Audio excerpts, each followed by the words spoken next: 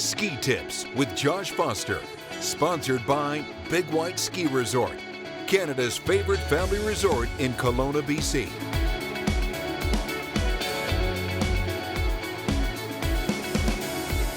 You know, unfortunately, not every day can be like a Warren Miller movie where it snows overnight and it's bluebird during the day. So sometimes if you want to get that great snow, you got to come out on a stormy day like today. You know, one of the biggest challenges people have is visibility. So I always choose a great Bollé goggle. This one's got a pink or a vermilion lens, but an amber lens works pretty well too.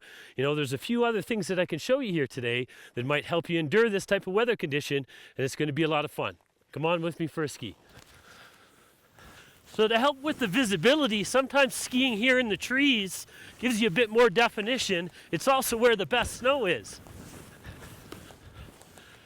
So you've made a good gear choice, you've made a good terrain choice, so what else can you do? So, you know, from my experience, when somebody's skiing and they don't like what they see this way, what they tend to do is they tend to move back this way. So what we want to try to do when the conditions are challenging like this is we want to try to maintain that balance against our outside ski. So come on with me here and I'll show you a couple little tactics that I sometimes use to help with that. Here we go.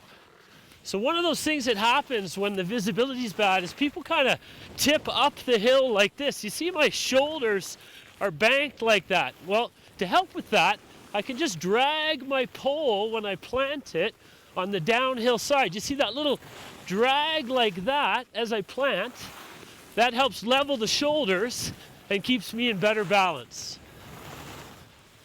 So here's another little one here. If you find yourself kind of in this back corner like this, well, maybe just tap the tail of the uphill ski.